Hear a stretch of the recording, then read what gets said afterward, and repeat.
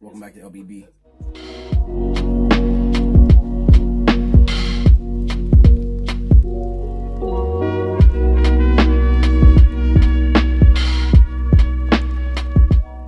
What's up, y'all? Welcome back to another reaction, and today we're going to be reacting to DeGrasse Tyson. Columbus discovering America was a great achievement. I'm pretty sure a lot of y'all got something to argue with that. In and itself, it really was a great achievement considering what they had to go through just to get to America at the time. He didn't even know he was in America. He thought he was in India, considering why we call Indians Indians.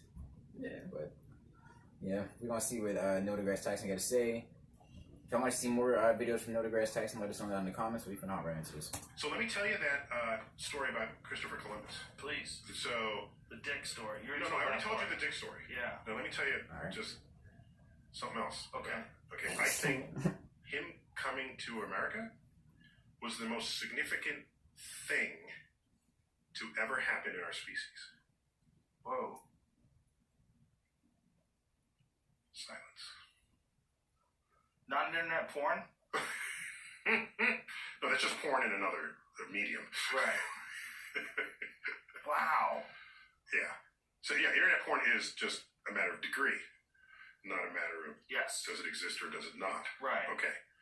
I think it was the most significant event to happen in our species. Kind of amazing when you stop and think about the fact that at that point in time, other than the Native Americans who lived here who were living a nomadic tribal existence, very few people that had the wheel, that had firearms, that had all these things that had already been achieved in the rest of the world had made their way to this place. So now watch, okay? Here's how it worked. Right. So you're going to hear. So I presume that you have some skepticism of this claim, as most people would, especially the Columbus haters who are out there. All right. I don't really have any skepticism about it, to be honest with you. Okay, so let me describe to you why I think this is true. Okay. And then you can tell me whether you agree or not. All right. We are hunter-gatherers. We haven't settled down yet. Early humans. And we're basically wandering. We're following the herds. All right. And then the Ice Age hits. Well, what is an Ice Age? An Ice Age means it is so cold that when the moisture evaporates from the oceans, goes to the clouds go over the land, it doesn't rain, it snows.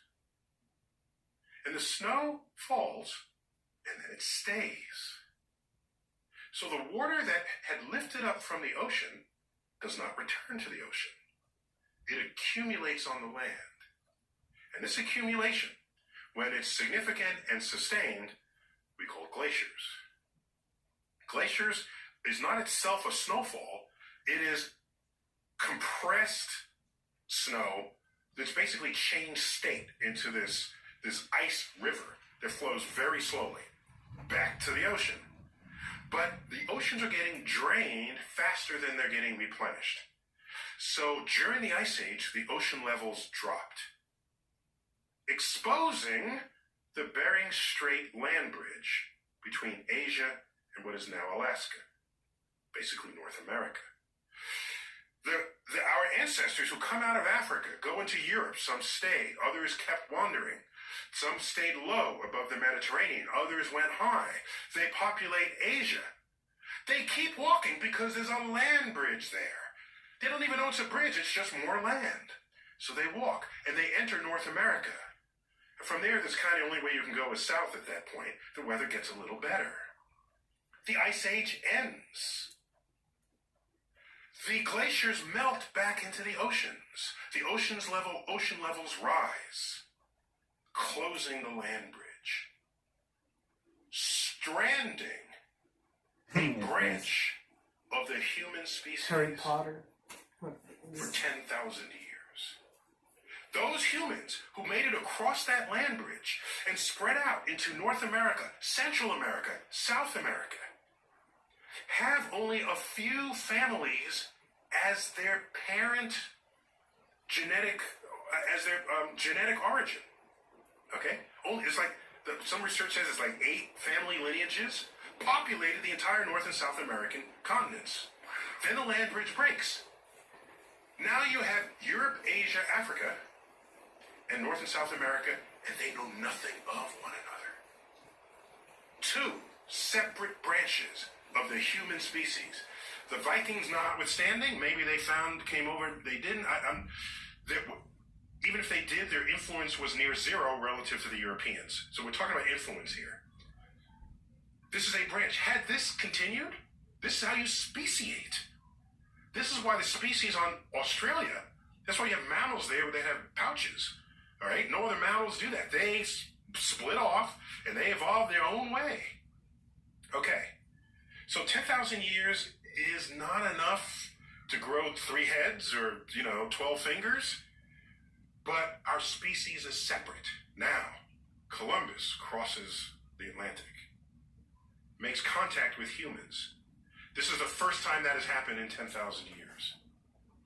We have rejoined 2 branches of the human species. We are now one common genetic group. And that genetic crossbreeding now continues to this day. We fly to any corner of the world and mate, okay? And the mating already began immediately. Yes, there were diseases that Columbus brought to North America, much written about that. Less written is that he brought syphilis back to Europe. First cases of syphilis of 1492. Whoa. And then it They got skyrocketed. syphilis from the Native Americans? Yes. What, did they have no problem with it? Well, I don't know the details of how the physiology of the natives dealt with that, or whether it mutated. I don't, and there may be people who know that. I'm not among them. That's fascinating. But just look at the graph of reported syphilis cases in Europe. It all began in 1492 when he came back. Whoa. So what I'm saying is, this was a hugely significant event. The rejoining of the branches of the human species. Well, yeah, no, I would imagine that makes sense. That is the most important event then. And by the way, Native Americans, this famous, infamous problem with metabolizing alcohol, okay, with Native Americans. You know who else has that problem? The Chinese. They do? Yes. Really? Yes. Yes. So it's an Asian issue. Yeah. Well, so who stayed in Asia? So you look at who populated North and South America after before the land bridge. It's whoever was right at the edge of Asia. Right. Then the land bridges. So Asians and North American and the natives of North and South America have more in common with each other because of this than most other pairs of groups you might grab around the world. But my point is, obviously, there's a lot to blame Columbus for, but he just happened to be the guy who did it first. Europe was coming to the New World no matter what. Everybody was trying to find a faster trade route to the Indies. And so if it wasn't Columbus, it would have been Arnold Schmednick, whatever. It doesn't matter. Somebody did that. And the rest is, as they say, history.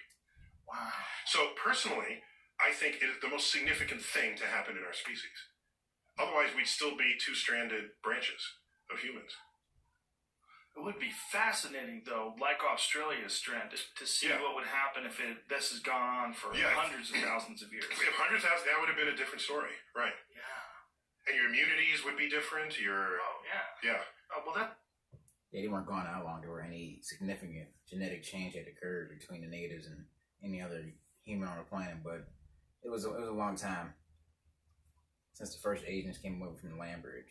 That is crazy. Yes. Well, which makes sense that most of Native Americans have deep Preston eyes and slanted almond eyes, which makes sense. They're the closest. They interacted mostly with Asia when that chance was available, so makes sense. They weren't all pale complected and stuff, but it's crazy, man. If you want to see more from DeGrasse Tyson, let us know down in the comments as well. See if you like, subscribe, and share, and we'll see you next time. That would be peace.